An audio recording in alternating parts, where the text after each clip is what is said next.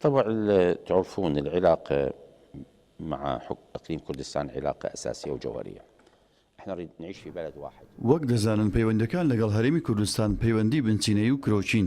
دەبێت پەیوەندەکان بەهێز بکرێن دەبێت بچینە پێشەوە و عێراق بۆ هەمووانە کورد عەرەب تورکمان ئێمە سوورین کە ئەو هەستە قوڵتر بکەینەوە کێشە لە تەواوی سیستەمەکەدایە هەیە دەمانەوێت لەگەڵیاندا واتە هەرێمی کوردستان بەشداری چارەسەر بکەین جدیەت لەلایەنی کورد بۆ پێکهێنانی حکوومەت و بەردەوامیدان بە پرۆسەی سیاسی هەیە هیچ داواکاریەکی تەعجیزیان نییە و یاخود داواکاریەکی نانیشتیمانی بۆیە لەم ڕۆوە بۆچوونەکان تەواو هاوڕابوون ئێمە ئێستا کار لەسەر کۆکردنەوەی تەواوی لایەنەکان دەکەین بە مەبەستی ئامادەکردنی بەرنامەیەک بۆ قۆناغی داهاتوو دواتریش پێکهێنانی گەورەترین کوتلە و دیاریکردنی کاندیدی سەرۆکوەزیران پێمان وایە لە 3 هەفتەی داهاتوو ئەنجامەکان پەسەند دەکرێت بۆ ئەوەی کوتلەکانیش بتوانن کۆ ببنەوە دەبێت لە یەکەم دانیشتنی پەرلەماندا